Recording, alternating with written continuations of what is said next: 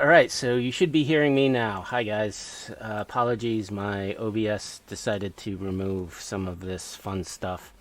Um, Hooray, we're being heard. and now everyone should be heard now because of OBS deciding to go back to the defaults, which these two devices should be my defaults, but apparently OBS thinks otherwise. Hello, everybody, and welcome to another installment of Tales from the Forlorn Dopes. I am your host, Cybersmiley. Greetings, programs. I'm your co-host, Wisdom, and today we're going to be talking about R. Talsorian's announcements at Gen Con, and we're going to be joined by a returning, very special friend of our show, Benjamin Wright. Hello, edgerunners. Yes, sir. Benjamin is a writer, artist, editor of the original Talsorian line, and all-around awesome dude. Oh, shucks. Yeah, and there's from our last interview, I have to ask you about something you mentioned, but we'll get to the Gen Con stuff and get that through. So, for the 10 minutes that OBS did not behave and set my speakers loud and clear for everyone to listen to, we know that Gen Con just happened, and we were going through the announcements R. Talsorian was making around Cyberpunk.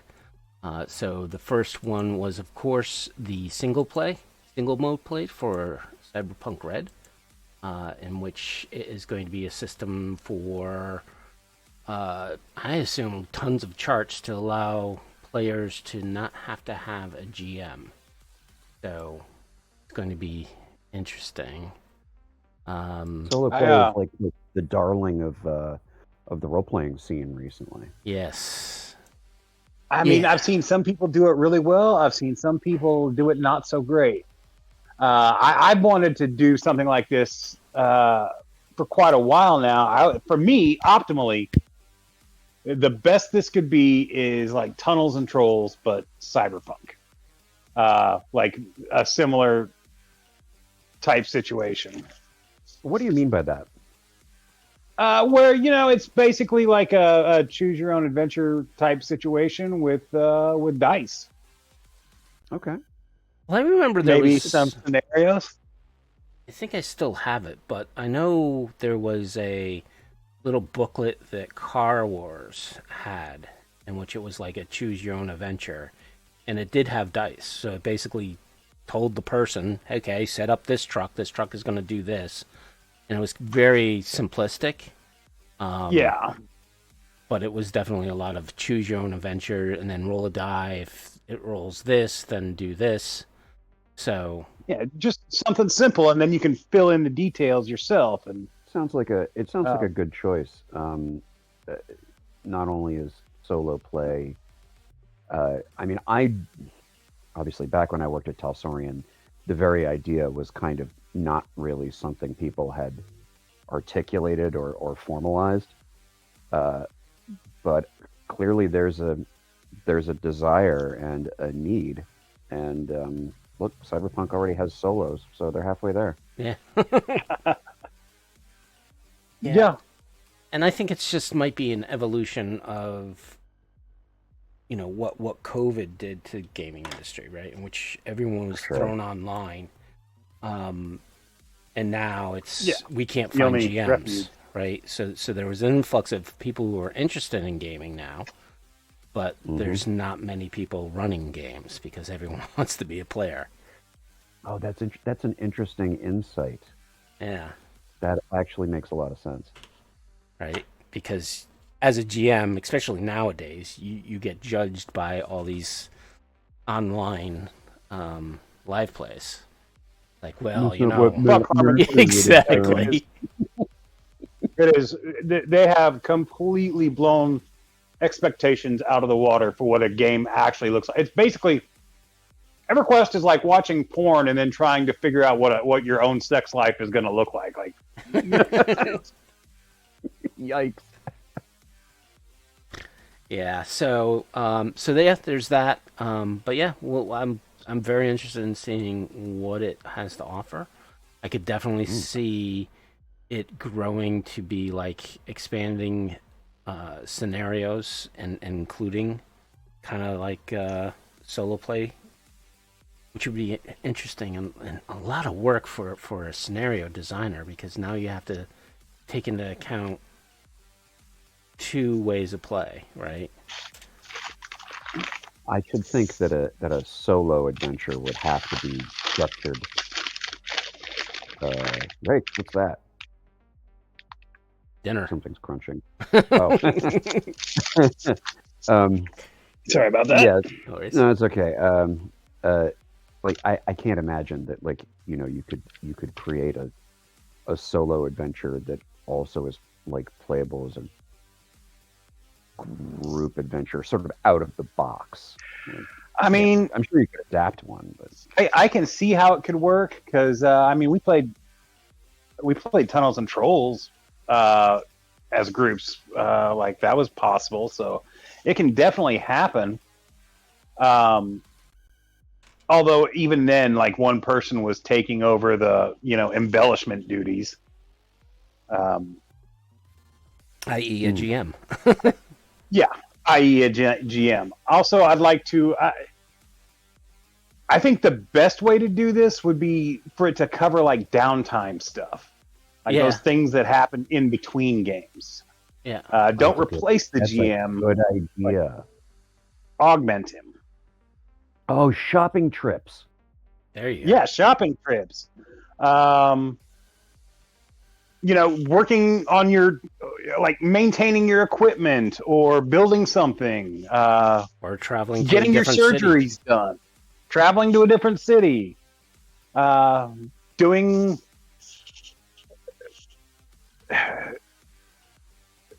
like networking roles for information or whatever, like stuff that just takes up massive amounts of time in game but doesn't really necessarily further the story except as a personal level.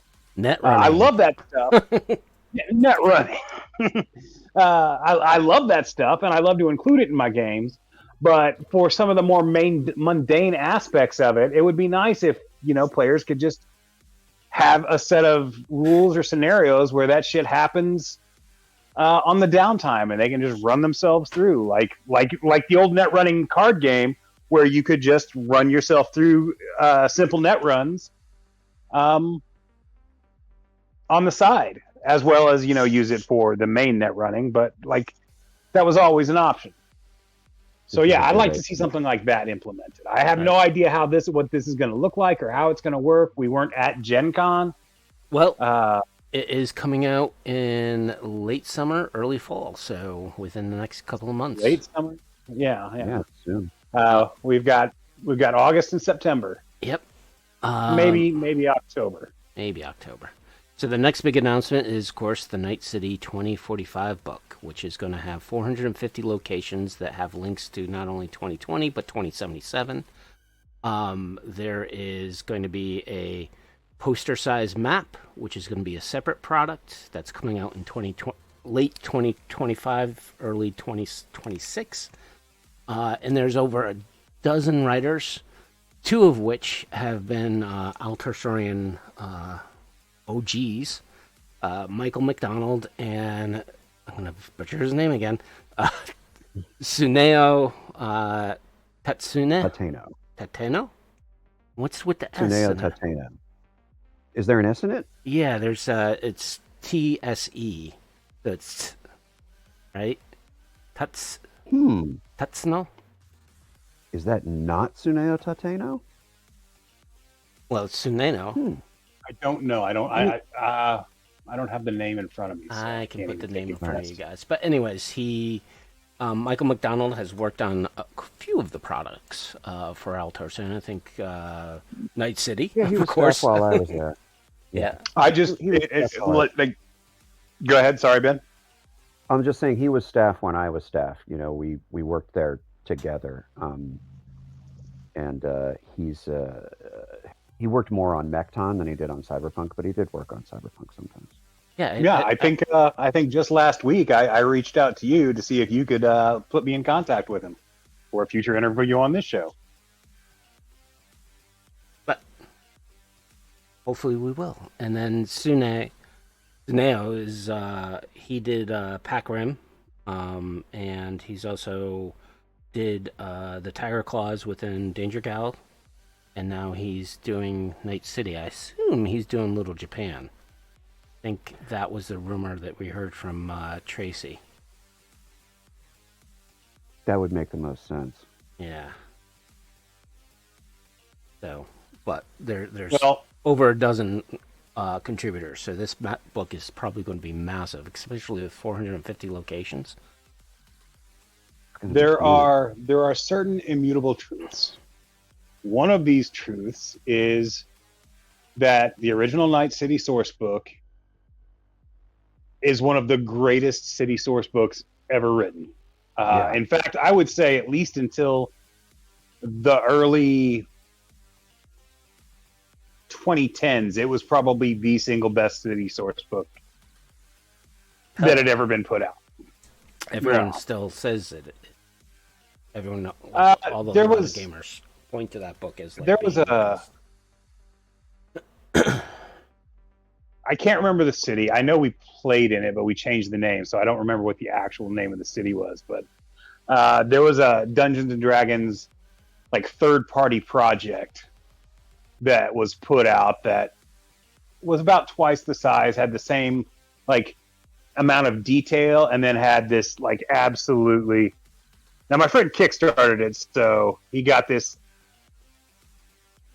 a 6 foot by 6 foot map of the city on cloth. So that might have edged out Night City in terms of production. But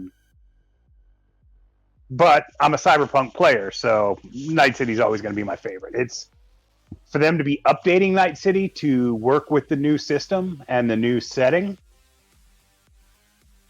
It's the tits. I'm so very happy about this.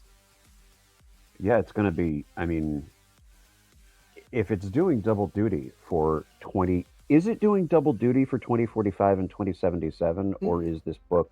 I don't think so. No, because the title is 2045, so it is. Yeah, but it's acting as the bridge between the two, and we know that for 2077 they're just gonna like with the 2077 and the edgerunners kit.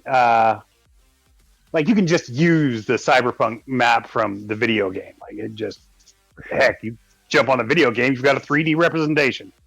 So yeah, no, this I think will be a bridge to the two, and give all the information on Red, which is our Talsorian's big product. Like that's their bread and butter Cyberpunk setting now. So for sure, yeah, and they also announced Cyberpunk 2077, the campaign book.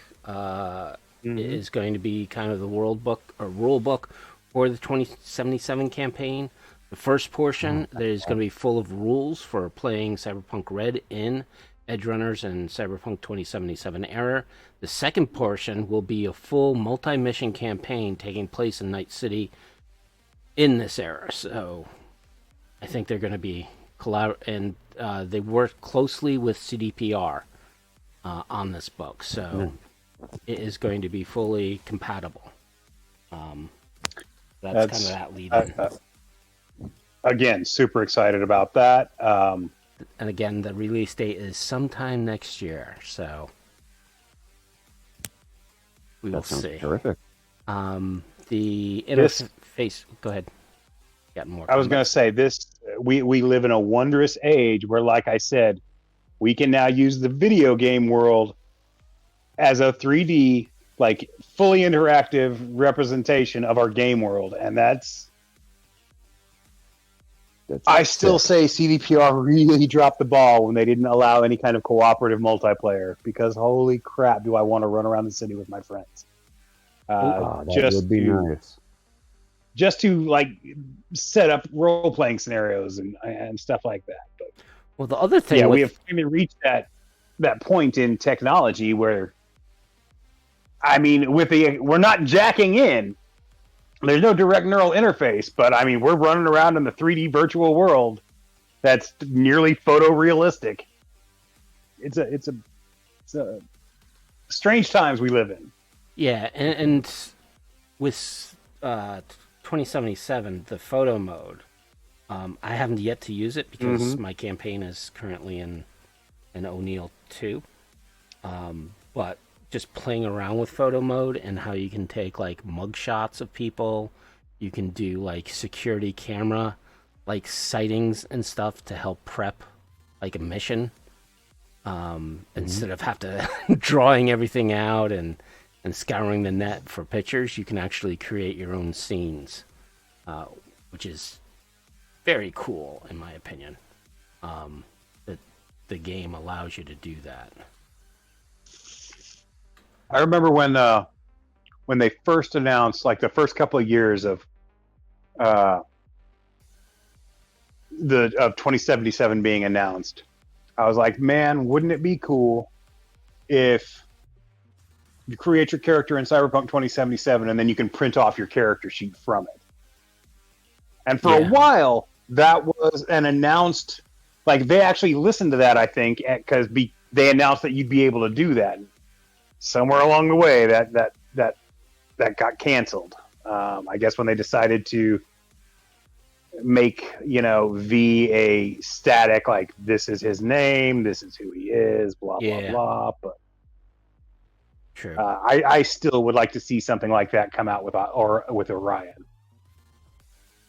Yeah, well, God only knows what's happening with Orion. Other Wait, final. I'm sorry to interrupt. No worries. The other final book that's coming out for Cyberpunk Red is Interface Red, Volume 5. So this is basically, I don't know if you follow Artal Saurian's products, Benjamin, but Interface, what they're doing is, so every month Artal Saurian puts out a free DLC, a downloadable content for free.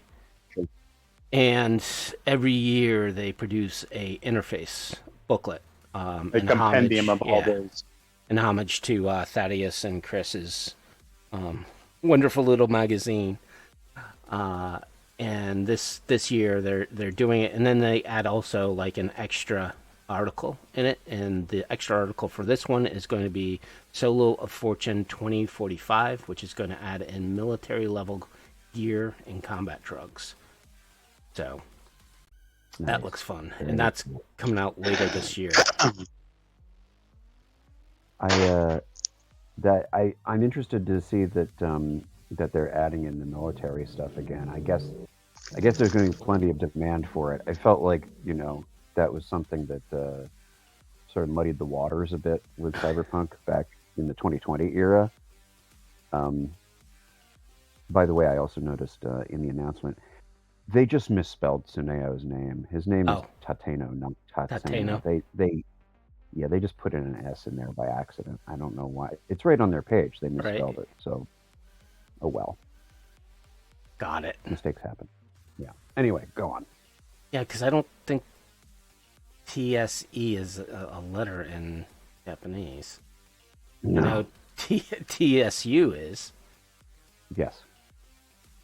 But anyways, so Interface Red. The last thing they kind of announced was Rusted Chrome, which has been floating around, which is geared towards a Nomad thing. It is on hold. So they're talking about, they're not quite sure when they're going to put it in, and they might just do like little tidbits like DLCs to kind of contribute to that. So it's out there. I know, Derek, you are longing for that to happen.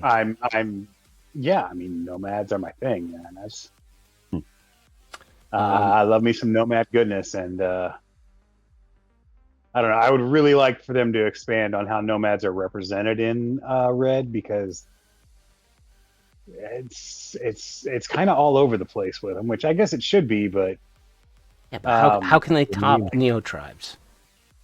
Right, and I think the Nomads in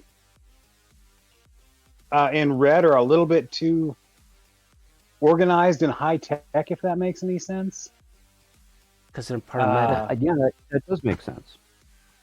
Remember what they were in V3, where it was like they had rolling cities. Oh, with the giant. Yeah, no, I try very hard not to remember that. Although it was a great idea, like for Mhm. any other game, and like they like what's his face, Luc Besson did that movie like 10, 15 years ago about the giant mobile cities that were roaming the Yeah, landscape in like a yeah, post-apocalypse. eating each other. Yeah. Yeah, I always thought, did they just rip that off straight from V3? Because that would be kind of I doubt cool. it. It would be kind of cool, but I doubt it. Like that is exactly how I pictured them when they were describing them in V3. But again, I digress. Sorry. So- Yeah, I'm very I excited about Rusted Chrome. Yeah, so that's all for Cyberpunk. The other things that kind of been announced from Altasaurian was that Shadowscar, they're doing a Kickstarter, so you can sign up for it. I know we still want to try to get something going with that. They did produce a August DLC for that game, so Benjamin Shadowscar is Cody's game. So the kind of anime fantasy. yeah, you super- get to play ninjas basically in a multi-dimensional universe. So we were given the starter kit for it. Nice. It's like a cross between Ninja Anime, Men in Black, and Time Bandits. That's how I'm seeing it. Yep. Yeah, from what I've seen of it, it strikes me as being very much a like shonen manga and anime sort of hodgepodge. It is, and it is very much. It is very much a product of that could only work now. Like I don't know what the future holds, but like 10 years ago, maybe, but any further back than that, like it wouldn't make any sense to anybody. But because of trends in anime, trends in tabletop games, this kind of is the culmination of all that. Like I get where Cody's going, and I like what he's doing. Mm-hmm. Yeah. So while Cody's been working on that, Jay Gray and James Hutt been working on Cyberpunk. Good old Maximo Mike has started getting back and starting up the Witcher line again.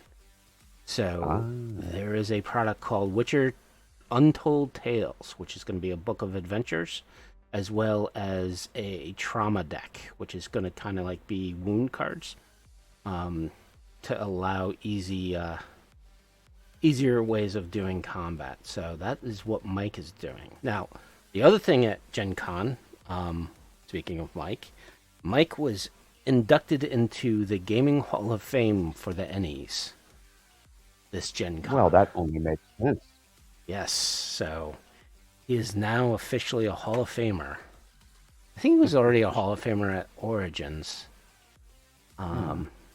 Yeah, so he's getting a lot of acclimates these past couple of years, and well deserved. So that's kind of the Definitely. news that came out of Gen Con. Yeah, it sounds like a big weekend for the gang. Yes, yeah. I'm sure they didn't get a lot of sleep. And India's a pretty fun city. I went to Gen Con 2 years ago and had a blast. Granted, it's no Milwaukee. I miss the Milwaukee Con, but I know time marches forward. Yeah, I actually You went still to... got Gary Con for that, I guess. Yes. What's that? Well, GaryCon, I think, is more towards Lake Geneva. I don't think they're in Milwaukee. GaryCon is run by Luke Gygax. Gary Gygax Con. Oh, Yeah. God, why didn't I put that together? Okay. Yeah, so they started doing the con up at Lake Geneva, and that's kind of been like kind of the old school game systems for that. The con that I know is still in Milwaukee is Adepticon, which is basically a war game, which I went to this year and played in the Cyberpunk Combat Zone, Cyberpunk Red Combat Zone tournament. Of course, I sucked, but I had a blast hanging out with everybody, talking Cyberpunk, and just seeing miniatures painted amazingly.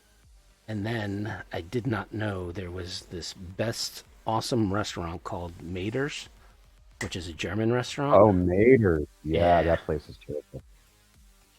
So I frequented that place quite Benjamin? a bit. I'm having trouble hearing you. I don't know what's going on, but heck, it might just be me. But I hear Will coming through loud and clear, but you seem kind of muted in the background. A little muted. I mean, I can hear him clearly. Okay. Well, I mean, if you can hear him clearly and if the audience can hear him clearly, that's cool. I can hear him. It's just kind of faint. Oh, no one has complained yet about Benjamin's voice. As of yet. Not today. Not today. So. Okay, a bit soft, but no lower. Okay, cool. As long as you guys out in the audience can hear him, that's where it matters. All right. So Benjamin, I was re-listening to our interview with you. You mentioned last time we talked that you were working on some game and it was Hush Hush. Is there any news on that or anything you want to announce? You know, I've got I got a lawyer who I'm talking to about securing trademarks and things. Oh, okay. And I don't want to say anything yet. Boy, would I love to. But I really think I have to keep it still in the download. No worries. You remember before Cyberpunk 2077 came out, like back when it was announced in, I don't know, 2012 or 2013 or whenever it was. 2013. And they put out the trailer video, and they said coming when it's ready. Yep. I suppose I have to take a page from their book and be like that. No worries, man. I mean, I said, it's been 2 years, so I wasn't sure if there's anything in the immediate future or if there was anything you could say. But I understand production timelines. When you do have information, we hope you remember your friends on the show. Come on, of course. Excellent. I mean, buzz marketing is what it's all about, I suppose. That's what they tell me. Yeah. And the other question is, have you finally been able to play Cyberpunk 2077? I have played a tiny bit when I was on one of my friend's PS5s over. I went for a visit. This was late last year. I popped over to visit a pal who lives in Seattle, and he's a PS5 owner, and he said, "Here, try this thing. I know you've been interested in it." So I did, and I'm with you guys in saying that the coolest thing is just I'm in Night City, like I'm walking around Night City. I didn't bother with much of the story because I wasn't gonna, get all involved in it. Plus, I know the story. I've watched videos and videos about it. The one thing that really weirds me out about 2077 is the daytime. Like, it's too sunny. I understand. Well, yeah, I get that it's like got a full day night cycle and all, and I understand that with sort of global warming and all that the idea is that the days would be like blazing sun, but that's just never been my image of Cyberpunk. I'm like, well, if it's day, it should be like super overcast and like lots of kind of like dull glare. The sky was the color of a television tuned to a dead channel type thing. if it was set Yeah, in Seattle, you would have that, but it's set in California, and California is sunny and California's 70. sunny. well, I recognize the logic behind it, but I do kind of believe in rule of cool. And also, if you're talking about like global warming, you're talking about climate change. Uh, Parts of the California coast could experience changes in weather based on different, temperatures of the ocean and the air, and you could have Um, or foggy, misty, murky sort of days, but that's not what I they went with. I think part of that rule of cool is the sunlight allows you to actually see how awesome the city is and how great the cars look and like how cool like the outfits that civilians are wearing are.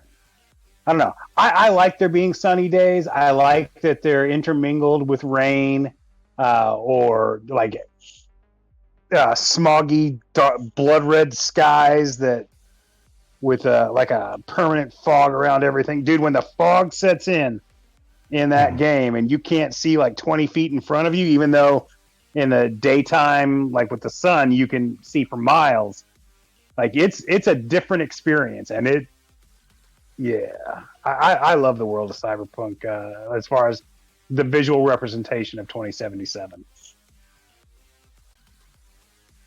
I Their totally agree. world. I was gonna say when the game was first announced, and they were saying, "Well, the game's set in Night City." I remember reading people's responses to seeing the daytime footage and be like, "I thought it was Night City. I thought it was nighttime all the time." I'm like, Jesus Christ, dude! Like,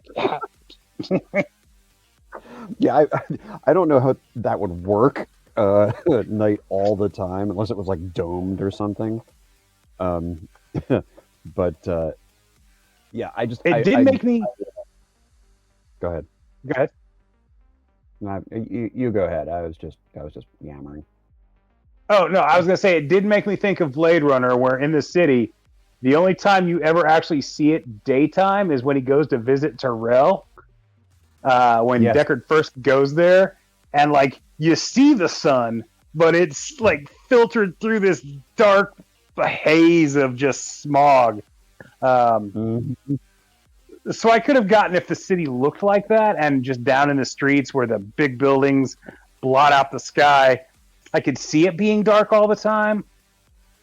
But that would get really monotonous really fast, I would think. Maybe. I Which I guess is I kind of mean, the point, but I suppose clearly people have taken to it and like it. So what do I know? Uh, that was I suppose wasn't accustomed to that as my sort of like preformed image, but it's a quibble more than anything else. Yeah. I'm dumbfounded by the amount of like, customization of your character and just the number of awesome options to just trick yourself out, even if you never mm, like participate in the story. It's just living there. It's like wow. all three of my playthroughs have been beaten for a long, long time now, a couple of years. But I still jump on and run around the city and spend hours and hours just going to various like NCPD scanner little events that happen, or just driving around, finding random gangsters on the street and just going to town. I don't get tired of the game, even though there's really nothing there for me to do uh, other than just running around kind of aimlessly. But I love that kind of thing. I'm with you. Yeah. I might have mentioned the last time I was on with you guys that a game I played was Cloudpunk, which is like a super sort of lo-fi cyberpunk game that doesn't have any combat or anything. Yeah, for as low for as low res as that game is, it's actually really pretty. It is, and it's very kind of comfy to hang around in that game. And after I finished the story and had like, you know, done every single thing you could do, and had no missions and nothing new any NPC would say to me, I was like, I'm gonna meander around a little while. But obviously, 2077 is that times 1,000. Yeah. Good stuff. Yeah, I gotta play Cloudpunk one of these days. Definitely looks right up my alley. But yeah, I just 2077. I think I played 6 times all the way through. And yeah, well, I was like, oh, let me try being a male nomad, and what's the difference, right? And I'll be the female nomad. I'll spurn this NPC. I'll, try this NPC, and just try those different venues that you would have to constantly go back to previous saves. So I kind of played each one from a different point of view. Mm-hmm. And like Phantom Liberty, oh my god, there's 2 kind of endings to that. The first playthrough, I was basically having her escape to off surface, and then there was this other one which is going into the military or the Militech secret complex, and I was like, oh my god, I wish I did this one first, because they were so drastically different. So you get to go up to like Crystal Palace or something? You don't, but basically with Phantom Liberty, there's a netrunner who kind of plays your character, and you have 2 choices on whether to save her or not. One of the ways of saving her is to get her off planet, because she makes promises. Oh, I'll help you. I'll help you with your problem, right? Getting rid of Johnny. And then she come to find out, well, she's been lying to you all this time. There's also the ending of the main game where, you do go up into space, and none of it's playable, but it's all cutscene. But there's Crystal Palace, and you're floating towards it, and seeing that rendered in the game was really freaking cool. And now I just want to go to Crystal Palace and run around. Okay, now I'm going to take a look at how they did Crystal Palace in 2077, because I haven't seen that. Well, there's no interior; it's just the exterior of it. Yeah, you're just floating towards it in space, like you just see it from a distance. But there's a shot where it's reflected in your helmet's visor, the heat shield thing, and I swear to God, it looks straight homage to the cover of Near Orbit. Okay, I'm looking at it now. Yeah, the 2 rings and everything. Nice. Yep. That's fresh. So, how you been, Ben? I mean, How what have I else? been? Yeah, are you still gaming Cyberpunk? Lately, I've actually been playing a bunch of games of Cyberpunk skinned Gaslands. Okay. Have you guys played Gaslands? I know of it. I haven't played it yet, but it's kind of like a different version of Car Wars, which we got is up my one of the members of our online gaming group is super into it, but he lives in Australia, so I can't go play it. Oh, there you go. It is really fun. I mean, its big gimmick really is, hey, take your Matchbox cars or your Hot Wheels or whatever, customize them up, and go bonkers on your table. And so when I saw it, I was like, okay, clearly this is Car Wars: The Next Generation. It's Mad Max Fury Road. I'm like, but it's also Nomads from Cyberpunk. Yeah. So yes. I've been playing a off and on like pseudo campaign where some of my friends and I, each of us have a bunch of different cars that we've modded up, and like one of them is like, oh, I'm going to be the Aldecaldos, and a couple of my friends chose gang nomad groups that they made up.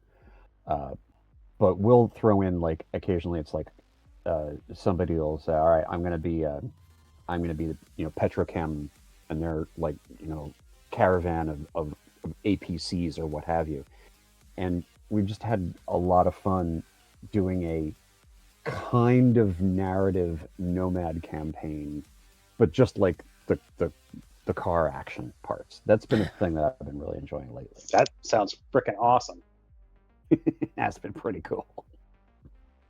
Um, The other thing that I've been doing gaming wise is I've been trying to get my wife confident in playing a role playing game with me. So I've been running her through a solo Cyberpunk.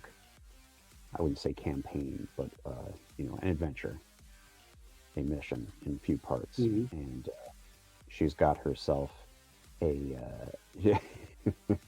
I was a little annoyed. She chose a solo, but I was like, fine, be a solo, fine. It wasn't what I was hoping. It's like the obvious choice, I suppose, right?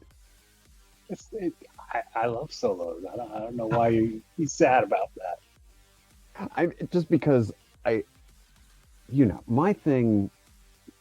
Okay, so I'm sorry, I'm going to go off on a little rant here.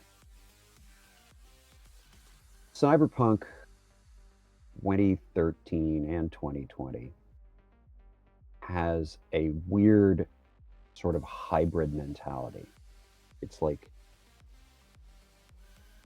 mirror shades, mean streets, film noir, atmosphere, cool, edgy, but then also like gun-focused, ammo-sexual Twilight 2000 mercenary stuff. Yep. Yeah. And I was as guilty of that as anyone. Like, I didn't give a darn about guns. I'm not saying darn. I didn't give a damn about guns before playing Cyberpunk 2013, because if there's anybody who doesn't know, Cyberpunk 2013 didn't have any future guns. It just had modern day guns. Yep. And It's true. learning about modern day guns through that game made me a gun nut. I mean, I'm not a radical Second Amendment or die type dude, but like objectively, I find guns interesting. You found an appreciation for them. Yeah, I'm not trying to be political. I don't own any real firearms. Same. Not that I don't want to. I just have never felt the need to. Mm-hmm. But I know way more about guns than I really should. Yeah. And a lot of that comes from role playing games. Like I would buy the Jane's books. Like anytime I'd come across them in like a flea market or a used bookstore, like Big Book O Guns. That sounds awesome. For sure. And try and figure out how to convert that to Cyberpunk. Yeah. Yeah, I think I did same thing. For me, how I got into like the gear porn of games was, I think, with me and my brother had James Bond 007 role playing game. Yeah. And the Q manual with all the little tricks and all that. I was like, wow, this is just a book full of weapons and cars. And not like, a Volkswagen, but like a Lamborghini, a Ferrari, an Aston Martin. Yeah. And that kind of got me into yeah. And then Cyberpunk came out. I'm like, whoa, they're doing the same thing, but it's a better system.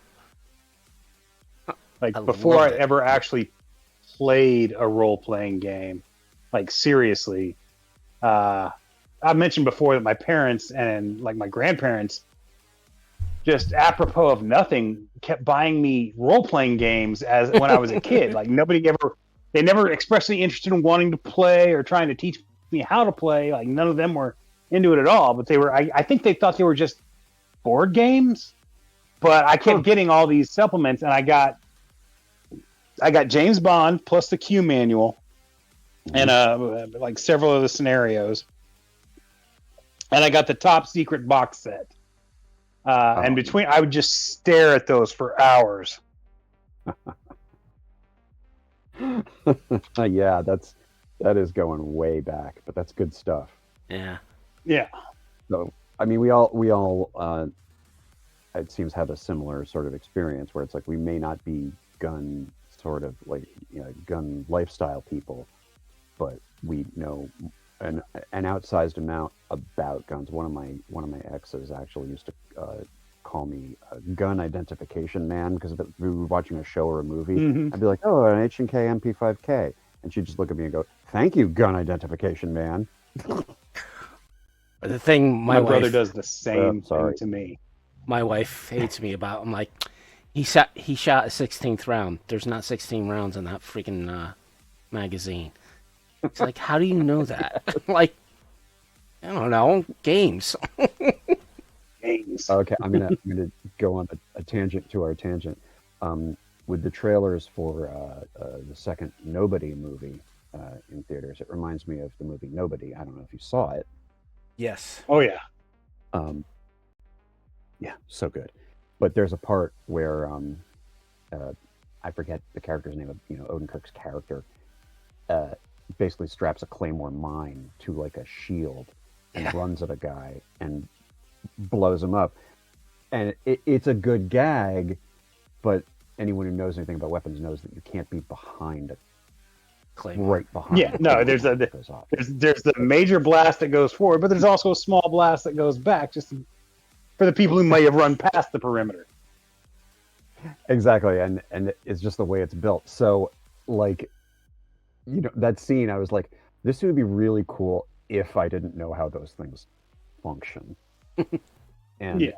I think what you're talking about with like he fired a 16th round or whatever is the same kind of sort of raining on your parade of fun that you kind of can't avoid when you know about these things. Yeah. But what I was getting at with all of this is that I, despite finding guns interesting and combat interesting and all that, over the years, and by over the years I mean the 90s, I became more and more sort of personally frustrated by Cyberpunk's drift towards being the replacement for Twilight 2000, for being the new like mercenaries or tons of guns game. Yeah, I can see that because it definitely was an escalation type of point of view, which I think still has a problem today. It gives you. I mean, it gives you the double bonus of, well, you can use all the old real guns, plus you can use all these new future guns, which just kind of makes the little gun nut teenage girl in me squee. Because so many I love my gear porn. I mean, sure. We're gamers. Yeah. But with so the thing is, with my wife choosing a solo, I always felt like the solo class in 2020 was like a little OP and was also like a bit misunderstood because in the 2020 books, like more and more sort of solos got sort of more and more common. Like soldiers were solos, and I'm like, I always got the impression that a solo was like, an elite street samurai, not like a grunt. And so I felt like solos had sort of taken over the game and had gotten more focused than they should have. And so when she chose a solo, I was like, okay, this is just a personal gripe. I mean, I get that, and I do, but I think at the same time, solos are the easiest to write for. You can drop a solo into any situation, even if there's no combat in it, and like he doesn't have to worry about his day job. He doesn't have to worry about being completely useless in any given situation if he's played even remotely correctly. You're absolutely right. I'm not going to say correctly. That's probably the wrong word, but competently. There we go. And two, I fixed that problem of them being OP with Interlock Unlimited, and the way it handles multiple roles, where you choose one primary, and then you can have as many secondary roles as you gain experience towards. So, like, if you get in a bunch of fights, you're eventually going to learn combat sense. Like, you may be a completely pacifist, med tech in the field with a red cross on your shoulder and not carry a single gun. But eventually, after you've been shot at enough, you start to be competent on the battlefield. Yep. Like, you know what to look for as far as, that's a tripwire, or they're going to come around from the left, because that's how they did it. Like, in the Battle of P Ridge 3 years ago. I've seen this before. Like, Right. anything you practice, you're eventually going to get experience towards that, even the special abilities. Yep. That's how Interlock Unlimited handles it, anyway. And that cuts down on solos being OP, because if there's combat in your game, eventually everybody's going to have combat sense. Yeah, and at the same time, if it's a cop-based campaign, everybody's going to learn how to investigate it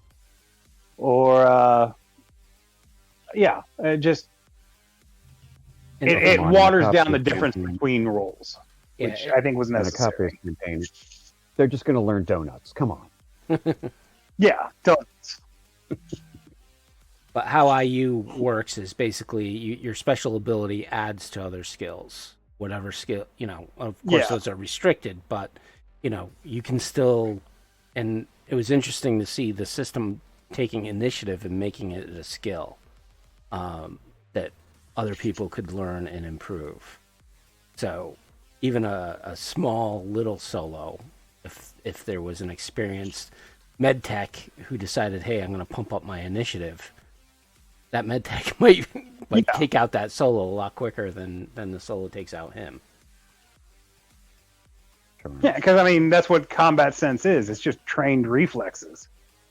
Or as far as initiative goes, that's just you have trained yourself to, when danger pops up, react immediately, as opposed to standing there like a deer in the headlights.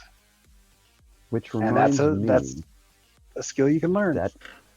That reminds me of another feature that 2013 had, and I'm sure has come back in some form, but the combat experience modifier. Do you remember that? Yes. That's what gave me the inspiration to do it this way. Yeah, and it hasn't come back into the game quite yet. No. Just because I think it's gaming today, they're trying to streamline it a lot more, so one more mechanic that you have to know kind of will drag down the game.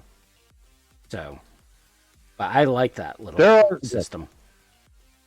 Absolutely. There are a lot of little bitty mechanics like that just got left by the wayside. You still see remnants of them, but there's no way they never expanded on really how to implement them. I did a lot of that with Interlock Unlimited, like reputation. Like it talks about it in the game, but it doesn't really give you any rules for it. Or if it does, it's just one blanket. You've got this reputation, and it does this for you. Where really reputation is pretty nuanced. Like, you can have a reputation as being a coward, and that's like, everybody knows you, but it's not a good thing. That's right. That's Stinky Joe, the guy with the stinkiest farts on this side of the Mississippi. I want to say that, or you could be completely unknown to the general public, but in your field of expertise, like, everybody defers to you because you're the expert. Did Ioannis have a supplement, like, out of Dark I know that they did something in Grimm's Cyber Tales around cyberpsychosis and, like, splitting it off into all the various details. Did they do that for Rep? I want to say there was a system. Yeah. I know that there was a something going on for Rep in Ionis. However, it was so long ago. I mean, I started Interlock Unlimited like 20 years ago. Jesus. Yeah. 20 plus, right? Yeah. Stop. My birthday was Sunday, so Happy birthday! I don't need any more reminders. Thank you. I don't need any more reminders of how old I am. You're a fine wine, Derek. Yeah. No, I have turned to vinegar. I'll tell you that much. Well, I did get a really groovy present. I actually got two. I got the vinyl album for the Edgerunners soundtrack. Oh.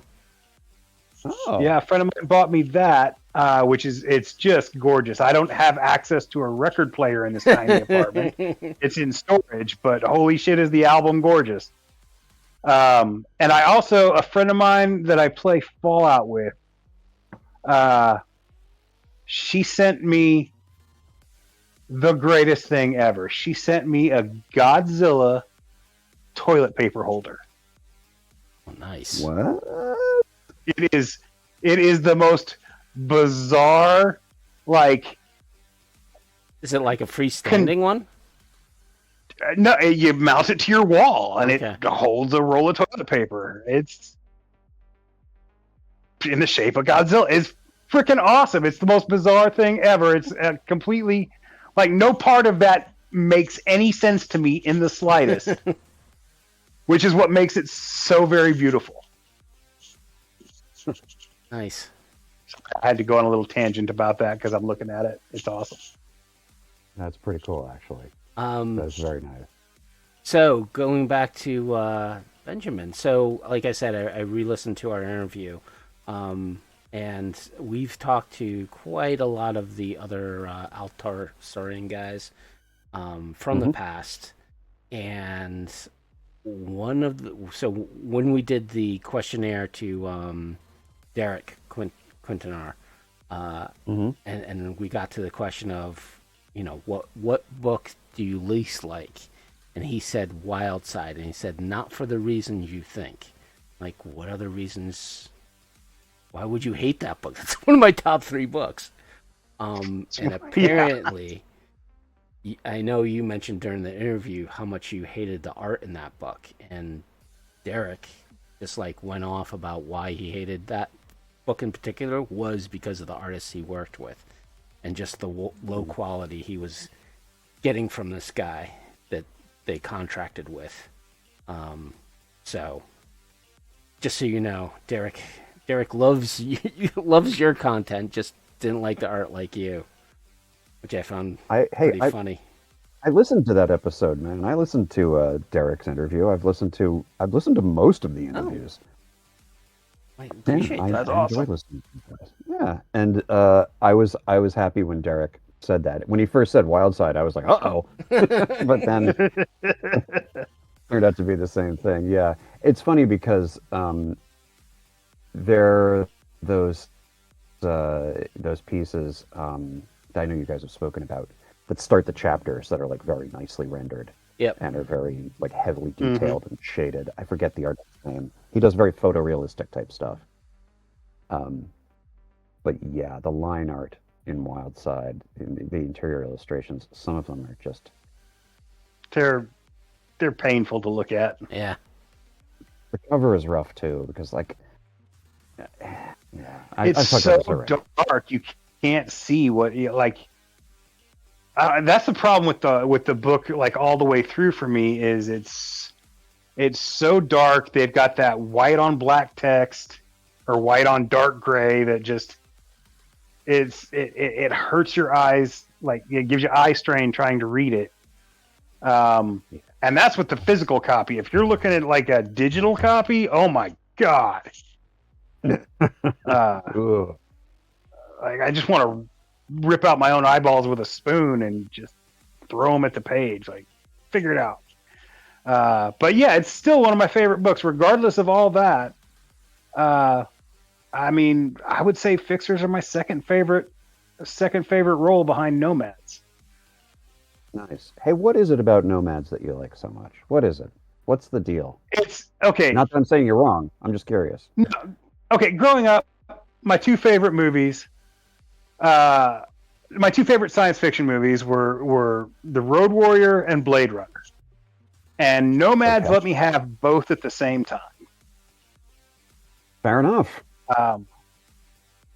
I would like when all the other kids were playing cowboys and Indians, I was playing the Road Warrior. I was riding my bike it was a motorcycle, and I was in the dusty apocalypse. I don't know. It's like if I'm playing a spacefaring game, I want to play a space pirate because of Captain Harlock. Hell yeah. Hell yes. He's my spirit animal. Yeah. Just I don't know, that early influence, like I said, it lets me play them both at the same time. I mean, there were so many. Everybody tries to think of those as separate, but I mean, it's not like the first. Like Cyberpunk wasn't the first time I saw those two mixed. Like, there was a Western comic book character from DC called Jonah Hex, and after the giant crisis event, where they basically rebooted the entirety of DC in like 1986, 85, 86, maybe 87. But Jonah Hex went from being a cowboy in the Old West to being transported into a post-apocalyptic future. But interspaced between the wastelands of this post-apocalyptic future, there were very cyberpunky cities. And he would, come and go from those. I never read this. I never heard about this. I never followed Jonah Hex closely enough to know he had this moment. It was the first experience I got with Mark Texeira's art. Oh, wow. Yeah, and it was gorgeous. God, no, it's very much a product of its time. Like, it's an 80s comic. But it was, for that whole post-apocalyptic thing, really, it was the best comic that covered that material at the time. It was fantastic. I loved it. I think I might have been the only one who loved it because it only lasted like 27, somewhere between 23 and 27 issues. I don't remember off the top of my head, but yeah, it wasn't very popular because people didn't know what to make of it. It was ahead of its time. This is really interesting to look at. Yeah, it was such a drastic departure from what the comic had been.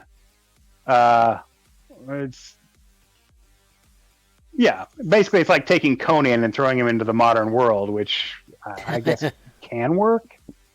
And they've tried it a couple of times. But, and after you smash but it really takes everything he's encountered, and he has the police chasing after him. So, Ben, I don't think we ever got to this particular question last time we talked, but have you been able to look at any of the Cyberpunk Red stuff, and do you have some opinions or comments? Yes and yes. Oh.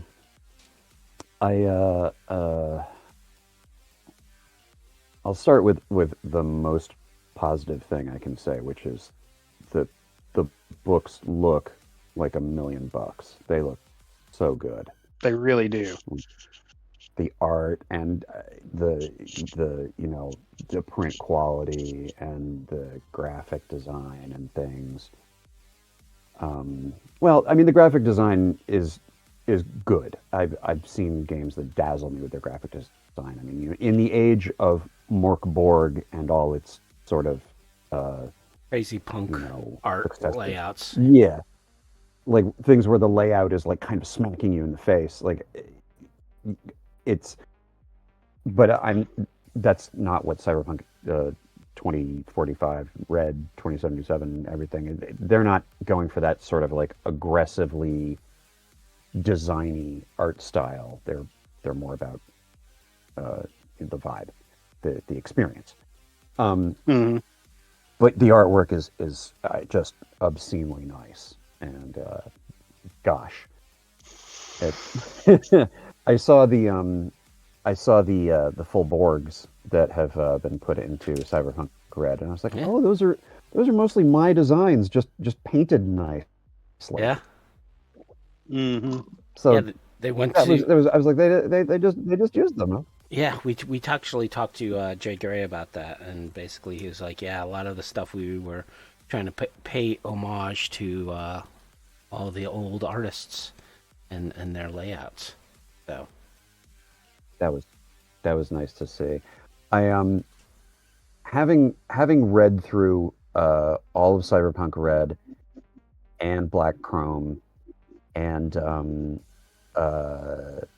not all of, but much of the Edgerunners anime book. I definitely prefer either 2020 or 2077 as a setting. Cyberpunk Red is really interesting as a setting because it is the most post-apocalyptic of sort of settings that we know. Personally, I'll get back to that post-apocalyptic thing in just a minute, but continue. No, go ahead. Do it before I right. go off. So I'm on the Cyberpunk Red Reddit, and well, there's controversy over there. But anyways, they talked about why Cyberpunk Red is so post-apocalyptic, and a lot of the fan base are like, "No, it's not. You're just taking in that concept of it, right? It's a city that is, or when you think of Night City, it's still being rebuilt versus, the world itself, which hasn't been really fleshed out in any detail quite yet. But if you look back at Home of the Brave and read about the collapse, a third of America has been wiped out and dead. And, there are vast abandoned towns and cities throughout the country. So I agreed with it that it's not necessarily, it's as post-apocalyptic as 2020. 2020, I think, was because the city was already built and kind of there versus Red, which is, it's still being kind of built out, which is the difference between 2020 and Red versus the rest of the world, which, like I said, you only have the vibe of what's a Night City with Red. And I think that kind of skews people to think it's more post-apocalyptic than it really is. I get what they're saying. Good. Oh, I was just going to say, I don't think it's necessarily post-apocalyptic as much as I think it's on the verge of becoming, and it's got that, everything's got that very temporary is not the right word.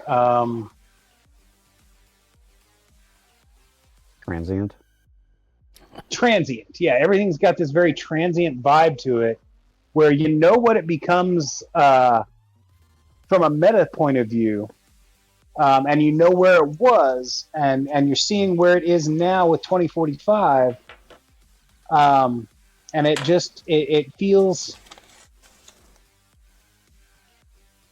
like the world is waiting to exhale. If I'm gonna steal from Godot. Fair, very, very fair. I have a whole damn treatise on this that I'll try and condense. I agree with all that you guys have said. I think Cyberpunk Red is the most post-apocalyptic feeling of the settings. Red has the red sky, Yeah. and it has uh, uh, this sort of omnipresence of a recent nuclear terrorist act, and it has and some of these things are really interesting. In Black Chrome, you get the mechanics surrounding the night markets, where the future hasn't become a post-scarcity society. It's sort of become like a back-to-scarcity society in a way.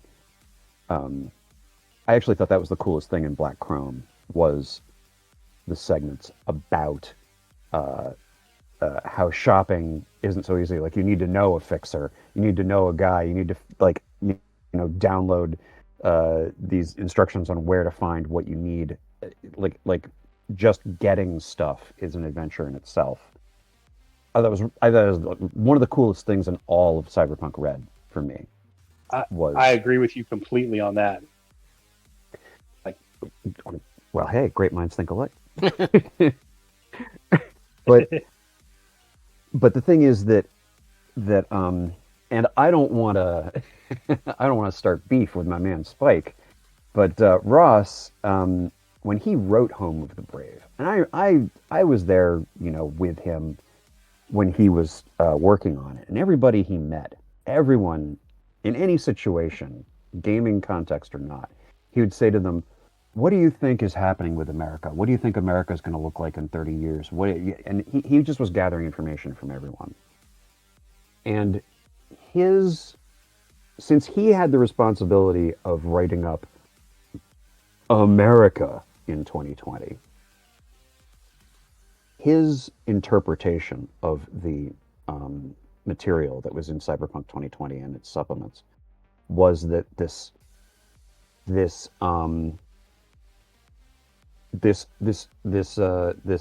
understated apocalypse happened, the collapse, where it's kind of like if you guys watched or read The Peripheral, Yeah. the Gibson story. There's the jackpot, where it wasn't any kind of apocalypse. It wasn't global nuclear war. It wasn't a plague. It wasn't a financial collapse. It was like a less doomsday level version of all those things happening at the same time. So, ironically, Gibson sort of life imitating art, with Gibson coming up with an idea that had already seen use in Home of the Brave. Right. So you got, but my frustration with that book is that it basically turned 2020 into a much more post-apocalyptic setting than I ever envisioned Cyberpunk as being personally, or wanted it to be. One of the things that appealed to me about Cyberpunk is that, unlike most science fiction, there wasn't some apocalypse. Most science fiction says, oh, there was a big war, oh, there was some big thing happened, allowing the author to kind of wipe the slate clean and create whatever future he wanted to, he or she wants. That's almost universal in, science fiction, as opposed to science fantasy like Star Wars or whatever. That's a different kind of beast. So one of the things I loved personally about Cyberpunk from the game and the genre, especially the game, was that it wasn't in the future after some apocalypse. It was just where we got to from now. It's just things just kept going, and this is what we wound up with. And finding that, to use a term that's become extremely popularized for this idea, the lore of 2020, Spike's vision of America in 2020 was pretty much post-apocalyptic. And that wasn't what I would have done. I wasn't writing it. It wasn't my call. It's not how I would have gone about it. But regardless, 2020 doesn't, at least Night City 2020. And I would say, a lot of Pacific Rim and other settings for the game. They don't feel post-apocalyptic. They feel futuristic, negative, but futuristic. And Yeah. Cyberpunk Red takes all those elements of what became the collapse and events after that to really to in your face, making a really interesting setting. But my guess, I'll shut up in a second. My guess is that Mike Pondsmith is kind of interested in, or very interested in, sort of post cyberpunk, in what comes after cyberpunk. V3 being cyber generation first, then V3, and now with Red, he keeps sort of looking for the next stage, the next step, the next chapter, which a good artist does. A good artist doesn't stay stagnant. Right. And Mike is an artist. He's a great writer. He's a great game maker. And, he's a pioneer in the industry. I don't need to sing his praises. His praises are well sung, as we were talking about earlier. But for me personally, my opinion about role-playing games is, while your players and their characters are crafting or are blazing a trail, which is a story, I don't see a role-playing game itself, the product you're selling, as a story. It's a sandbox. It's a toolkit. It's a setting. It's not a story. I mean, that could be a very non-profitable way to think about it. I mean, certainly the various iterations of the vampire game, and even something like Palladium with Rifts, Shadowrun, they all, BattleTech, they all progress their timeline and have some kind of story. But for me, Cyberpunk is a setting, it's an environment, it's a feeling, it's a set of tropes. It's not a thing that I gravitate to because I'm wondering what's happening next in Cyberpunk. I gravitate to it because I want to experience that. I want to participate in it. I want to help, help people in the world. And Right. I don't know if I'm rambling too much, but I hope I'm getting sort of my ideas across. No, Yes. I actually 100% agree with you. I mean, I feel the same way. That's why in my personal games, we ignored the events of the Firestorm books. In the first place, they wouldn't have, in my game, they wouldn't have played out that way. They just wouldn't. With the things that I had set forth in my game, with the tools that the game had already given me, that's just not how things would have unfolded, or that's not the place. That's not where it didn't. There was never a point in my game where those events were set up to happen. So we just kind of ignored that and moved past it. Not because we wanted the world to stagnate necessarily, but we didn't want the grand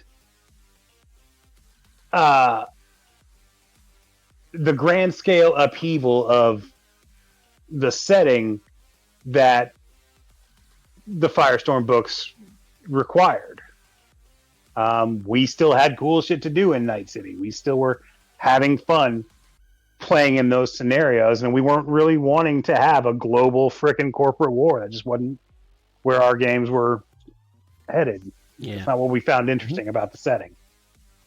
And I think that's true for a lot of settings in which, whether it's D&D or even like I mean, you Yeah. mentioned BattleTech, and there has been a lot of gruff over, you know, where they took BattleTech, in its various ways. But This is something you I know, don't know anything about, so that's kind of interesting to me. But we can talk yes, about that another time.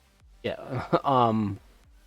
But I think there's a fan base who uses the setting to make the stories they want, and when you advance, when a publisher or writer who really owns the world, when they advance it into a direction that some of the audience doesn't want, right? So if it's Yeah. a compared to a novel, right? So a novel, you're being taken onto a journey, whereas role playing games, you are building your world and trying to make it fit all these other people's right worlds as well, and try to have some type of unity between them.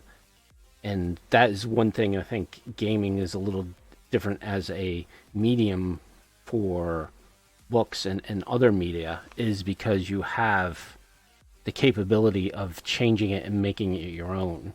And then that Yeah. cross pollination of players coming in who are coming from a different game style and a different GM and a different world that GM kind of created, and trying to fit into this new game system or game world and new style of play that a new GM is going to offer them. And having you want to try to keep at least some commonality between all of them. And I think when you shake up the world, it's hard for a GM who's done something that, oh wait, what are you doing? Wait, no, I was trying to lead us into the cyber generation because I want to keep these characters and have their kids into this. Now you broke the world, and now we have alt cults. And I don't even Yeah. want alt cults. Every edition of Cyberpunk is its own snapshot of the setting.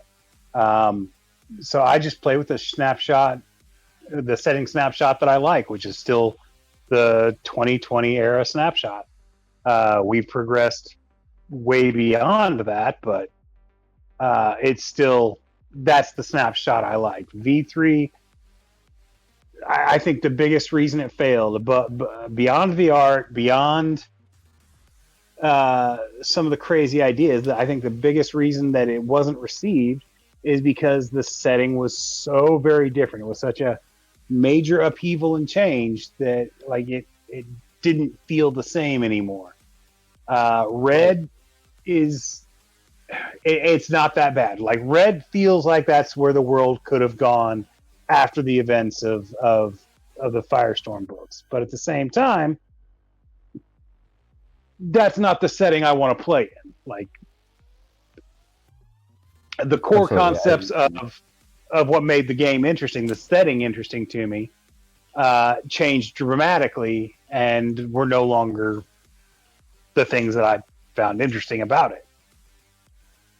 Yeah, the little solo campaign that I'm running my wife through, I just changed the digit in 2020 to 2120, and you're good. Like you don't need to sweat anything else about it. It's a little bit of a reach to call it 2020 now that we're in 2025. Yeah. But I mean, obviously, that's an interesting conundrum that Talsorian, that Mike painted himself into. The future date. It's like Space 1999. We've gotten past it. Yeah. There's the popular meme where it shows the kids in Back to the Future 2, and like, remember how 6 years ago we all used to dress like this? Mm-hmm. Yeah. Yeah. It's weird. I think our generation is the first generation that ever lived through reaching its speculative fiction stage, where these are the years that the writers were writing about, where all these vast changes were supposed to happen, and they've come and gone, and none of that shit happened. But some I'm sure of it there were has, some older, right? some of it has, some of it they got right. I'd have to say that, maybe you're being a little bit generous to us. I mean, remember there was a little novel called 1984. Well, sure. Uh, I mean, yeah, and I'm sure and some well, there were some Twilight Zone episodes and some Ray Bradbury stuff where the timeline has come and yeah, gone since then. But yeah. There's I mean, some very funny they didn't have movies anything from the like 50s. Blade Runner No. to look forward to.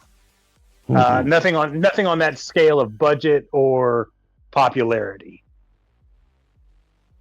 The And 1984, while it's popular with us nerds, uh, it is one of the most widely misunderstood books of all time. Like, you guys aren't getting it. You're making the jokes, but you didn't read the book, and it's obvious because this is not where we cautionary wanted to tale. be. Yeah. No, Yeah. no, we didn't want to be at the crossroads of 1984 and Brave New World, Mm-mm, mm-mm, mm-mm. but here we are.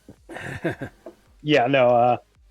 Aldous Huxley is rolling in his grave, wondering where the fuck everything went wrong. Like, I wrote you guys the warning. I showed you exactly how it's going to happen, and you guys decided to take that as your roadmap. You fucking idiots. Yeah. It's it's interesting, the whole sort of push and pull between capitalism and, well, maybe not capitalism, not the right word, but profit, which goes hand in hand. But you're I mean, making role playing unrestrained games. capitalism. Yes, but you're making a role playing game. You're trying to make some money. If you're trying to sell it, you're trying to. That's the whole idea. And Mike, he and I talked about this. The idea that when you're making basically any intellectual property, the the IP is going to live and die to a large extent by its characters. Mm. Yeah. This is something that he observed with his son when Cody was younger.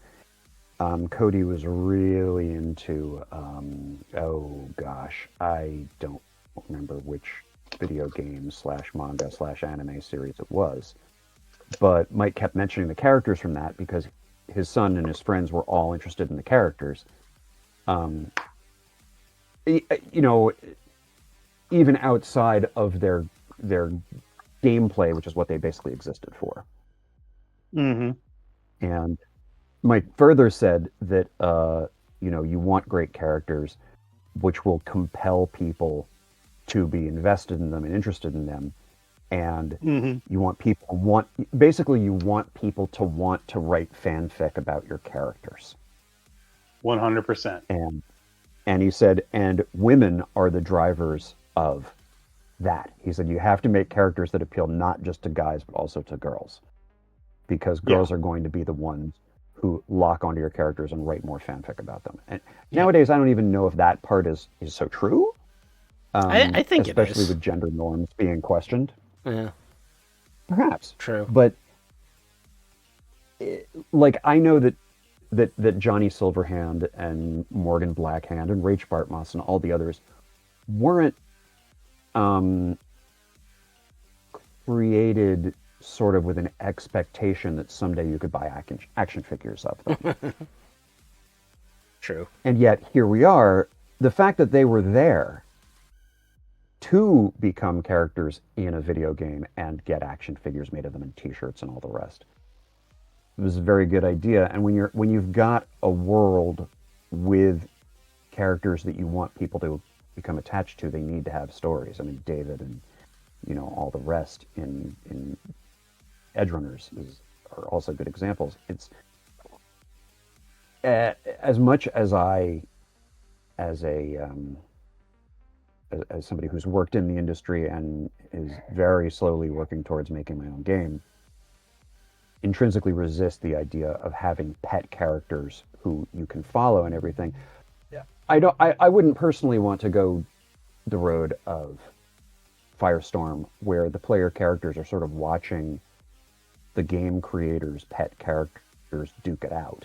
Morgan Blackhand and and Adam Smash are fighting on top of Arasaka Tower. It's like, yeah, you guys are there. And the end of the adventure, you guys are there at that time. But it's like those two, Darth Vader and Obi-Wan Kenobi are having their fight, and the rest of the gang are over there trying to get on the Millennium Falcon. It's the same thing. It's not how I would necessarily do it. If I was going to write a game that said, okay, the world's changing and you're there, I would put the characters in front and center, like the Cyberpunk 2077 video game does. It makes V the person who's at the center of it all, because Johnny is riding around your head. But it's tough. My desire for a role playing game setting to be pretty much static is definitely at odds with the principles of successful IP management. Right. Which is itself really tough, because you change it too much and people get mad. People love Star Wars, and then you do your sequels and they go, messed everything up. I mean, they wouldn't have hated it if they hadn't messed it up, but I see what you're saying, but I think that's the difference between, say, like a book or a movie and a tabletop role-playing game. There has never been a tabletop role-playing game where I really gave two shits about any of the iconic characters, as it were. I mean, I appreciate that they're there, but they're not anybody I ever want my characters to interact with. Well, you're different than some people, right? So some people want to meet I know. Elminster and take on Blackhand. It's always... I've never met a player who wanted to meet Elminster. I've only ever met GMs who want Elminster to come in and basically stomp the players and and force them to do whatever bullshit task he wants to do. And you point out, like, you're the great and powerful Elminster. Why are you sending, our level 2 asses on this quest of monumental importance when you could just snap your fingers and have the shit happen? What's going on here? Yeah. Why are you bothering to talk to us at all? Wisdom, don't sell yourself short. Your ass is level 6 at least. But I recall a story in which Gygax related, in which, after he produced deities and demigods, how he would get people coming up to him and said, okay, where's the next version of this? And he's like, why? He's like, oh, well, our group has killed every single god in those books. We need more gods to fight. He's like, you don't understand the point of the game, obviously.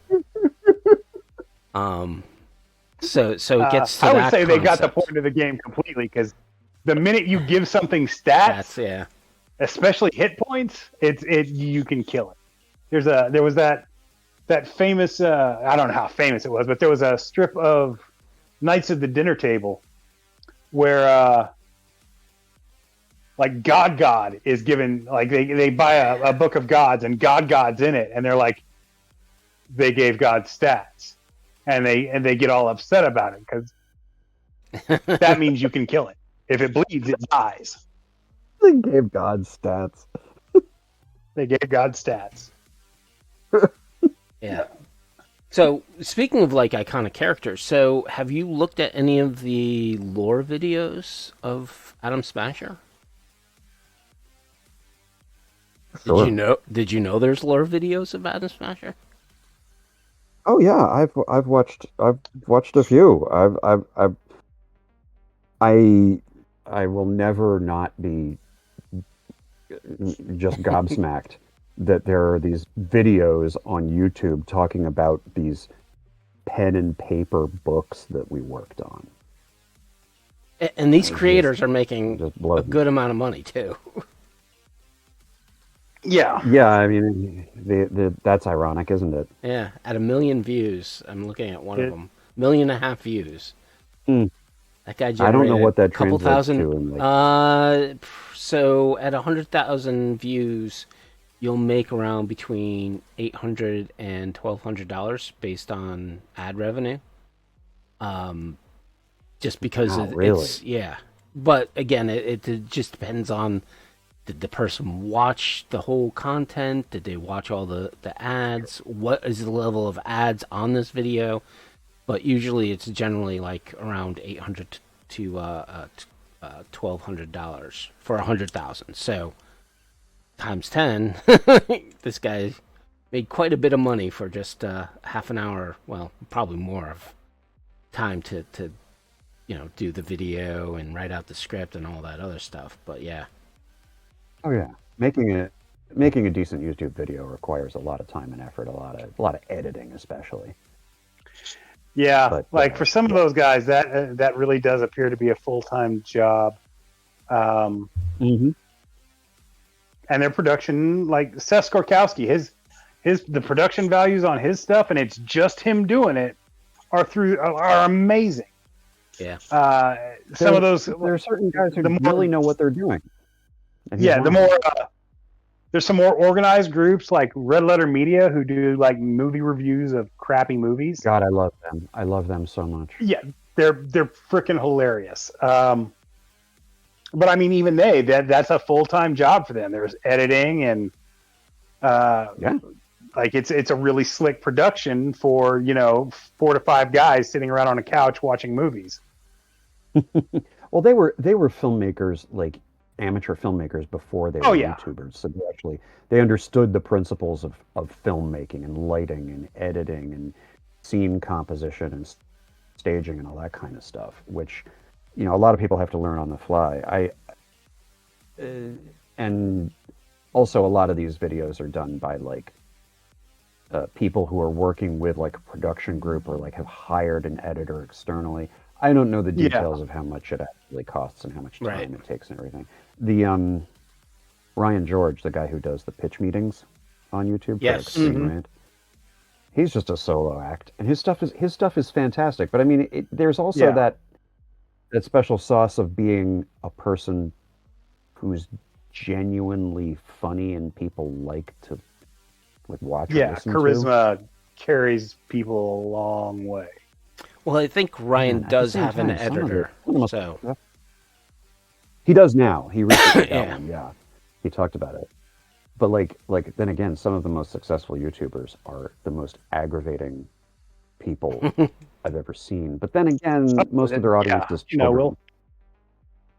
It's I have made no bones about it that anyone who labels themselves an influencer I despise, because they're always some obnoxious asshole.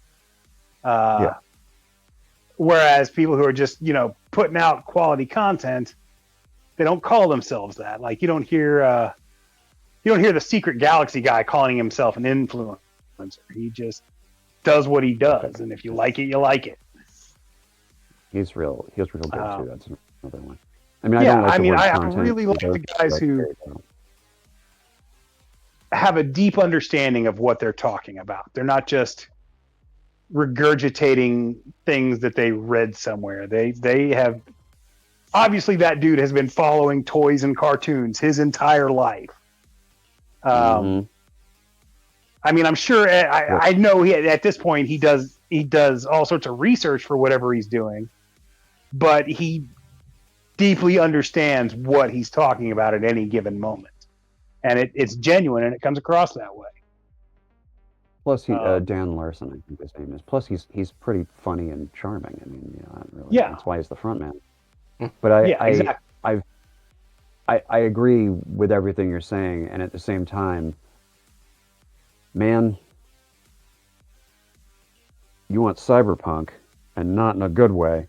Just the other day, I was poking around on YouTube. I was looking for some kind of visualizer or something to throw on in the background while I was working.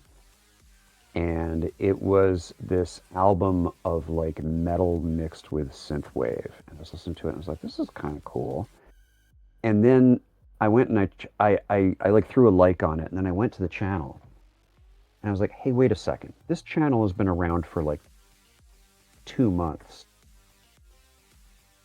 And there's 18 10-track albums of this stuff. I was like, wait a second. This is some guy who's using AI to generate this music. Yeah.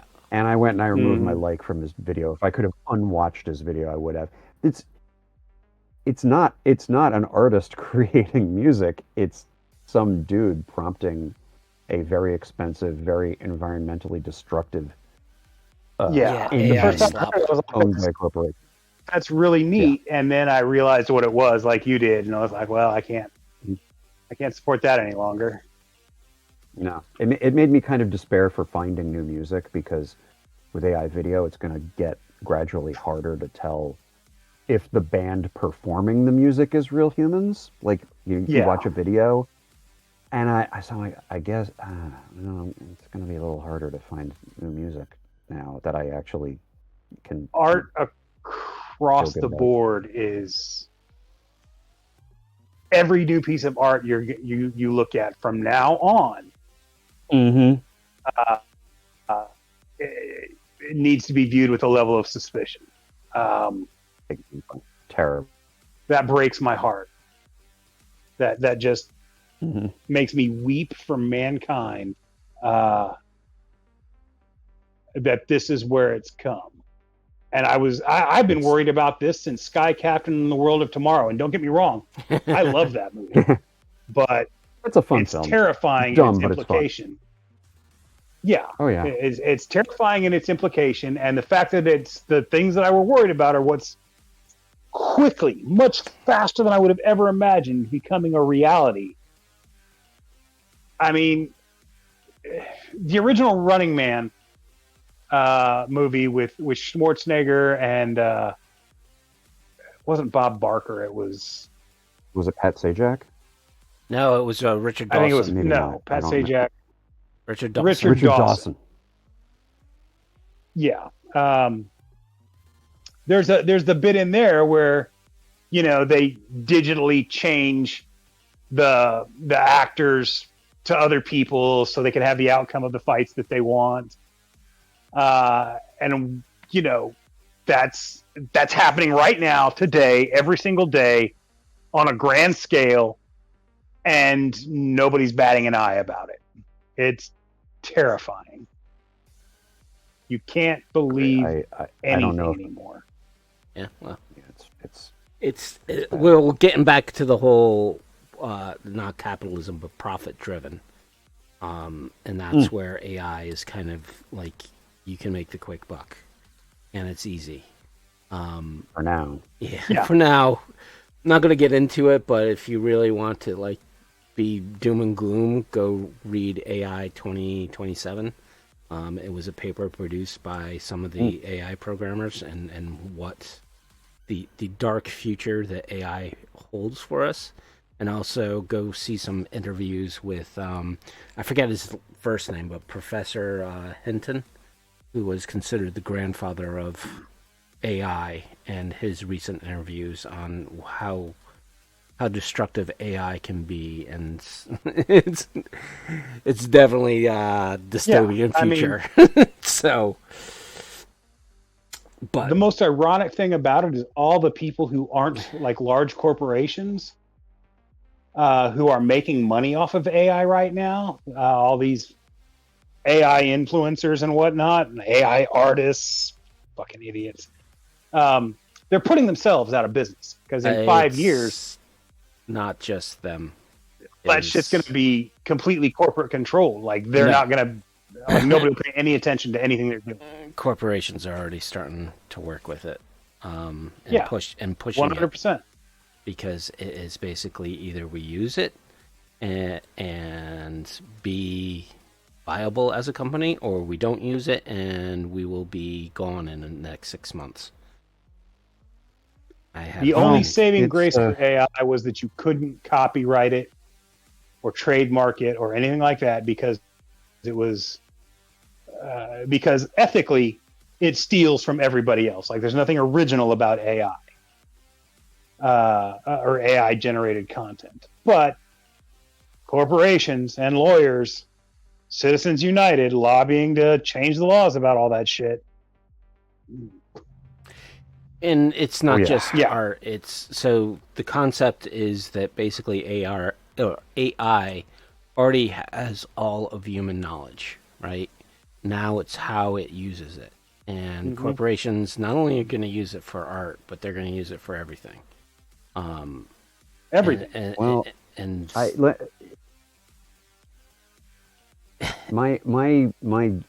my thoughts on this. I went through a period of extreme despair about this, and I'm not saying that I'm not despairing about it, but the ray of hope is that AI is turning out to not be as lawless and revolutionary as people thought it would be, and as it has been advertised as being.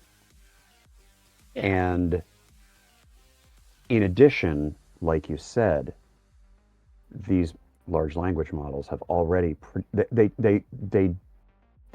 depend on new information input, and having already consumed pretty much all the information output there is, they're now consuming AI output from other AIs. Yep. And are recursively poisoning themselves. Yep. And we seem to be hitting a plateau, and AIs may not really be able to do much better. And much like NFTs, I think AI is the latest scam that tech overlords have pushed as a way to get rich. And I think a bust in AI is looming. I don't think that's going to be good for the economy. I don't think it's going to be good for anybody. Right. But I mean, just yesterday I opened up my freaking supermarket shopping app, Safeway, and it's like, I'm going to put in milk, and it gives me the option to like ask AI. I'm like, what are you doing? I don't need to ask AI, to find milk on a freaking supermarket shopping app. It's been so heavily promoted. Yep. That it's being shoved down our throats because it's been shoved down corporations' throats, because all of this is about getting first round investors on board. And the more wild the claims about AI, the more money from venture capitalists can be pumped into these corporations. The definition of AGI, advanced generative artificial generative intelligence, I believe, the thing that's supposed to be like actually, sapient.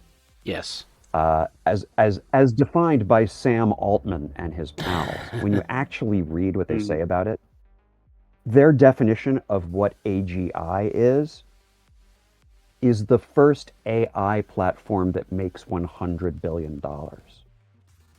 Yeah. It's not about whether it's conscious or sapient. It's about how much they're not even shooting for a better, functioning device. Like, the first thing that makes us $100 billion is the first thing that is AGI.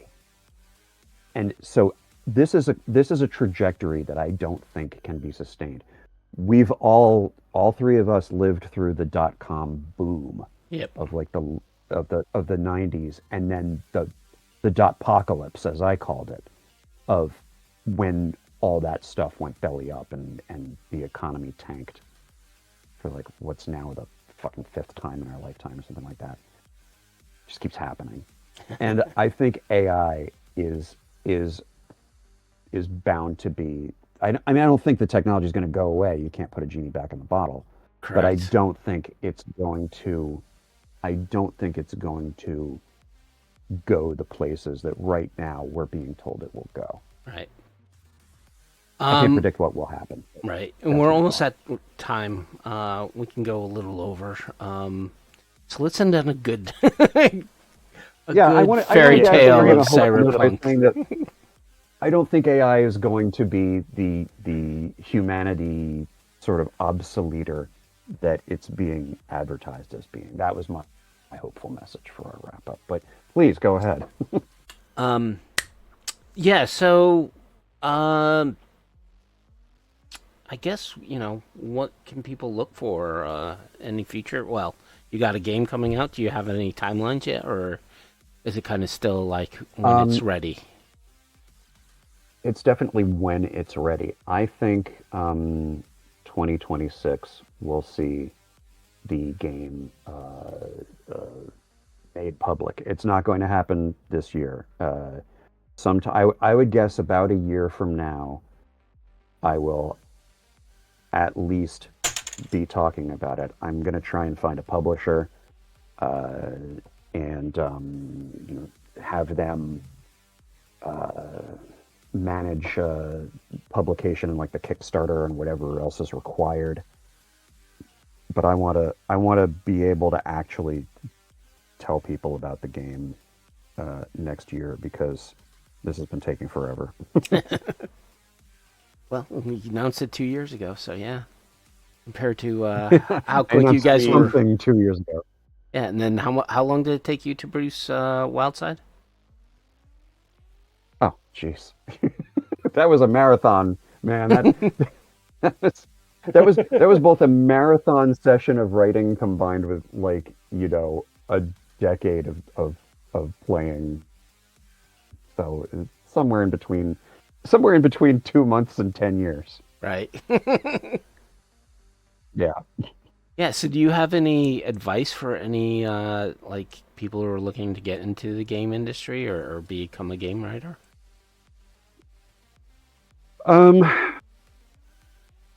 Well, it's not something you're going to do if you want to, get rich. I think, I don't know how wealthy Mike Pondsmith has become from this. I'm sure he's, Talsorian has made some money from all of this, but yeah, that's an extreme example. If a triple A computer game decides to make your setting into a multi-million-dollar production, then yes, you'll probably make a few bucks, but the likelihood of that is a bit of a dice roll. He hit the jackpot. Yeah, and it wasn't completely by accident. He made a really good game that people remembered and loved, and so they contacted him. But nowadays, man, making games is so different than it used to be. You can just make a game and lay it out on your computer and publish it on like itch. You can do it yourself if you want to. I would say the only advice I have for somebody who wants to make a role-playing game is just do it. The odds are that it'll be a little project and some people will enjoy what you made. But if you want to go and work for a game company, there aren't a lot out there where you're going to be able to make a living. And got to be real lucky. You got to be real lucky. You got to be real selective. I mean, geez, how many people who do Dungeons and Dragons have been laid off by Wizards/Hasbro? Yeah. So, yeah, I think it would be do it because you love it. Don't expect to get rich or famous. But for God's sake, make something. Freaking make something. I'm talking to myself right now. Make it. Make that thing. And then you can say, you made that thing. And there'll be someone out there who'll say, I really like that thing you made. And that'll feel good. Or be invited onto a podcast and have two of the hosts gush over you into the work you've done. Oh. Look, I just got lucky, but I really do appreciate it. I'm lucky to have me on. Hey, man. Dude, you are welcome to come on at any point, anytime. You are always welcome on the show. We love talking to you. And we said this in the past. We need to arrange I don't know, a reunion of sorts. A reunion. Yeah. Yeah. That'd be wild. Get you, Ross, Dave, maybe Ed. Yeah. Well, Ed Baum and Ed Shealy, right? Yeah. Craig Shealy. Craig Shealy, sorry. Craig feeling. Maybe get Mike McDonald on. Yes, well, he's one of the people we're still tracking down. Yeah. Yeah. I'd like to I talk to. back. I guess he's busy. I'd like to talk to Mike McDonald. I'd like to talk to Sam Liu. Mm-hmm. He's the guy who's responsible for all the Varga type art in 2013, right? Yeah, he's I very much gone want on to talk to him. He's fairly big time now. I mean, he's done a lot of work for like big video game titles and stuff, and animation. Yeah. I mean, we can't Mike try Jackson, to tech him. He's gone on. Yeah, He's gone on to work in the animation industry. He worked on like Batman and Gargoyles, and he just one of his projects just got some award. In Canada. It all escapes me because my memory is I've got the memory of a goldfish, but just keep swimming. Hey, goldfish actually have decent memories. Science, once again, comes to the rescue. It's one of those harmful little myths that hurts the goldfish feelings, and they'll remember it too. They'll look down on you. But we definitely do have some interesting interviews lined up. I just got an interview set up with another cover artist for Artal Saurian. One I didn't think I'd be able to reach, but seemed surprisingly open to it when I reached out to him. So we're looking forward to that. I'm not saying any names yet because I never do until it's finalized. Generally, until the day. I don't like to say any names until the day of the interview because I can never be sure they're going to show up. Not that anyone has ever canceled. Serious? No one has ever canceled it on me or on us. I never count my chickens before they're hatched. I don't. Very wise. Very wise. We've been able to talk to a few of the new generation, like Melissa Wong and Tracy Hearn. We're also setting up some more conversation with just a lot of the other prolific writers that are doing Red. Terrific. Plus, we're getting some of the third tier people. We just last week had our first pre-recorded show just before Gen Con with the guys behind Night Crew Games and the upcoming Cyberpunk card game. James Portnow. James Portnow. Again, crappy memory. Not like a goldfish. So yeah, we're slowly moving through the ranks. We'd like to talk to all these people who were so very influential for so very long in our lives. Yep. So you guys are doing great work. We appreciate our small fan base. It's always a treat. Yeah. So I guess we can happy to talk with you guys. Yeah. Wrap it up now, say, Derek? Unless you have any parting wisdom. No. Just again, my gratitude towards Benjamin. Yep. We'll see you. Well, we've got to do our whole outro. So yeah. Yes, we do. So I'm Cyber Smiley. You can catch me on cybersmiley.net. I am on Discords, various ones, Artal Saurians, Cyber Nation Uncensored, Monster Fight Club, Night Crew. So those are all the current people who are producing games for Cyberpunk. I'm also on a lot of the, what are they called, West End Marches servers as well. I also float around Reddit and read articles there. I'm just got onto Blue Sky a couple months ago, so I'm slowly making my presence there known. Do not do any of the other social media, but that's my spiel. I am Derek Bernier, Wisdom 000. I run DataFortress2020.com. You can find me there. You can find me on Facebook at the Data Fortress 2020. the Cyberpunk 2020 and the Cybernation Uncensored Facebook groups, where I either am the admin or the moderator. I'm on various other Facebook Cyberpunk-based groups, but those are the three where I actually spend most of my time. I'm on Reddit at any subreddits that I've found that cater to the franchise in its various forms. Same with Discord. Not on Twitter or X or whatever the hell it's called. I am on Blue Sky. If you feel free to reach out to us at any of these venues. We love hearing from you. We love your comments, criticisms, suggestions, complaints. If you have ideas for shows, if you have a line on any guests that we might be interested in talking to, we love to hear from you. We, even in our downtime, we're here to talk Cyberpunk. That's what I'd really rather do, like 20 out of 24 hours a day. Yeah. So please reach out to us. We'd like to thank you for listening. We'd like to thank Cybernation Uncensored for hosting us.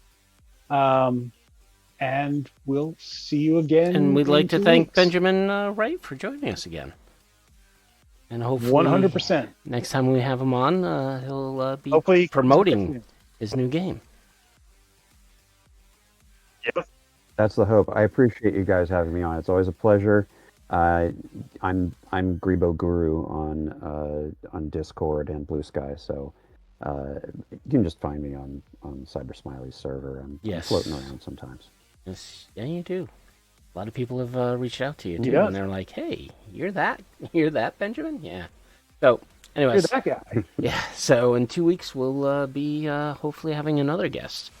Until then, talk to you guys later.